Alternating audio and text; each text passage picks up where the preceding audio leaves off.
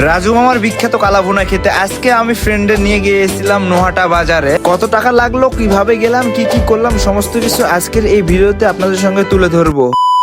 Hello everyone, কি অবস্থা সবার, কেমন আছেন সবাই? আশা করি সবাই অনেক বেশি ভালো আছেন। এন্ড গাইস, আমি আলহামদুলিল্লাহ আপনাদের দোয়া ও ভালোবাসে অনেক বেশি ভালো আছি। It's me Shamim and welcome to my Facebook page SR blogs and YouTube channel SR blogs official. So guys, আজকে ছিল ফ্রাইডে। আজকে নামাজের পর আমি এবং আমার দুই ফ্রেন্ড আমরা তিনজন মিলে চলে গিয়েছিলাম নোহাটা বাজারে কালাভুনা খেতে। তারা অনেকদিন পর আমার এখানে আসছে রাজশাহীতে ঘুরতে, এবং তারা ঘুরতে আসছে এবং আমি রাজশাহীর বিখ্যাত জিনিসগুলো খাওয়াবো না তাদের, এমন তো হইতে পারে না, তাই না? এই জন্য আজকে ফ্রাইডে ছিল, এই জন্য আজকে তাদেরকে নিয়ে চলে গেছিলাম নোহাটা বাজারে কালাভুনা খেতে, বিখ্যাত রাজু ভাইয়ের কালাভুনা। যেহেতু গাইস আজকে ফ্রাইডে ছিল, এই জন্য আমরা দুপুরের নামাজের পর একটু দেরি করে আসছি। যেহেতু আমরা দেরি করে আসছি, এখানে এসে তেমন একটা ভিড় পাইনি। আপনারা দেখতে পাচ্ছেন আমরা দেরি করে আসার কারণে এখানে তেমন একটা ভিড় ছিল না। তারপরে যথেষ্ট পরিমাণে এখানে মানুষ ছিল। আর ভালো খাবার দিলে তো কখনো সময় লাগে না। যদিও আমরা 3টার পর আসছি, প্রায় 4টার সময় আসছিলাম, তারপরও এখানে এতটা মানুষ ছিল। আসলে ভালো খাবারের মান সব সময় থাকে। আমরা এসে কিছুক্ষণ অপেক্ষা করার পর আমাদেরকে ভাত দিয়ে দেয়, এবং আমাদের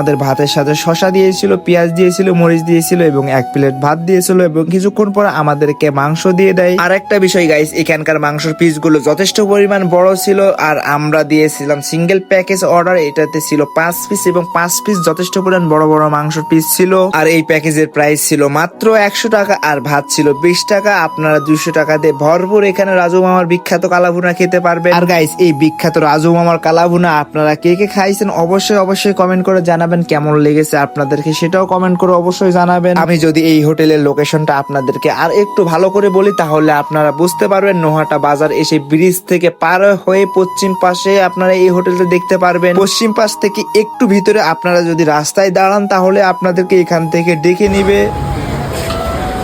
বিষয় হচ্ছে কালাভুনা খাওয়ার পর ফোক না খেলে তোর হয় না, পেটের মধ্যে যে ইয়ে হচ্ছে তাই কোকা কোলা, এই যে কোকা কোলা তুই সোলা সোলা তুই এখন হয়েছে।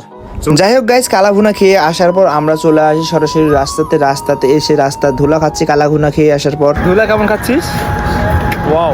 যাই হোক, আমরা রাস্তার এত সাউন্ড করতেছি গাইস, কি বলবো। যাই হোক, আমরা এই যে আকাশটা অনেক সুন্দর, আমার পিছনে এই যে মরা রায়হান হাঁটতেছে, আর এই পাশে আরেক রায়হান। যাই হোক, আমরা এখন নোহাটা বাজারে হাঁট গাইস।